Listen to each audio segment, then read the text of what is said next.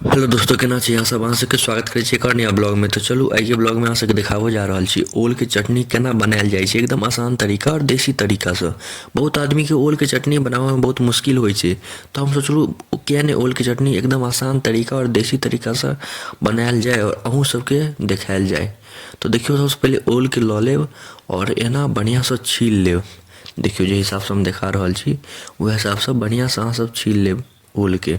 हाँसू पर हुए, चक्कू पर हुए, जे भी चीज हुए अहाँ के पास उपलब्ध, ओहिसँ छील लेब पूरा ओल के। देखियो जेना जेना बतेलू है, दुकान से खरीद के लऽ आयब और टुकड़ी टुकड़ी में जते जाके साइज देखाबै छी, कनिक पैघो या एतबोटा के साइज में अपन काटि लेब। ठीक छै? तो देखियो अब सबटा ओल के काटि लेलिए। अब पानिओ में धऽ देलिए, बढ़िया से धो देलिए। माटि में रहै छै तऽ ज़्यादा गंदा रहै छै, तकरा बढ़िया से धो लेब। प्रेशर कुकर में एते पानि लऽ लेब, जेना जेना देखाबै छी स्टेप बाय स्टेप अहाँ सब फॉलो करियो, हमरा तुरंत बनि जायत, पतो नहीं चलत केना बनि गेलै। तऽ एकरा बढ़िया से धो कऽ फेर एहिमे पानि में खसा देबै। ठीक छै? देखियो एकरा फेर आब ढक्कन लगा लेब। ठीक छी? ढक्कन लगेलाके बाद आब गैस ऑन कऽ लेबै। तो चलू देखियो गैस ऑन कऽ लेलिए। एहि पर प्रेशर कुकर चढ़ा देबै। अब एकरा आराम से 3 सीटी लागऽ देबै। देखियो एते फ्लेम छै गैस के, 3 सीटी लागऽ देबै। उसके बाद अब देखियो 3 सीटी लगला के बाद एकरा निकालि कऽ करछुल से हुए या जे भी चीज से हुए, करछुल के पीछा से बढ़िया से थूड़ि लेब और तेल धऽ देबै। देखियो एकरा बढ़िया से थूड़ब।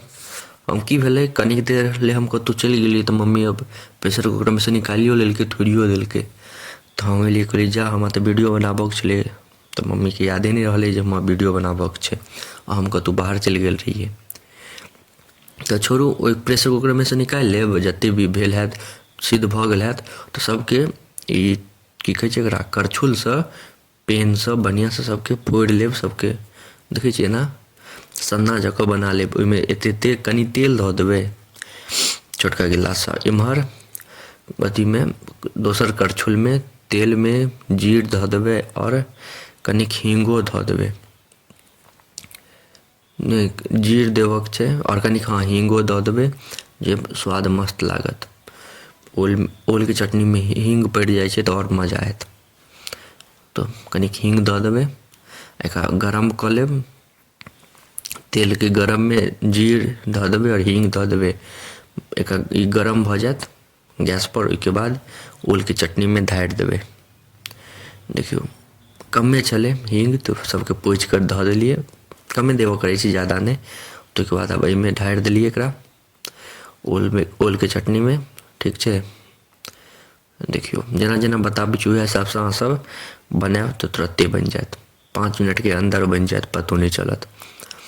ठीक छै? अब एहिमे अहाँ सब मिरचाई काटि लेब, 2-3 गो मिरचाई, 3-4 गो पतला पतला, और 1.5 गो नहीं, आधा और कनिक ज़्यादा, 3/4 मान के चलू ना, नेबो लऽ लेब। 75% एगो बड़का जमीरी नेबो के 75% नेबो के गाड़ि लेब बढ़िया से।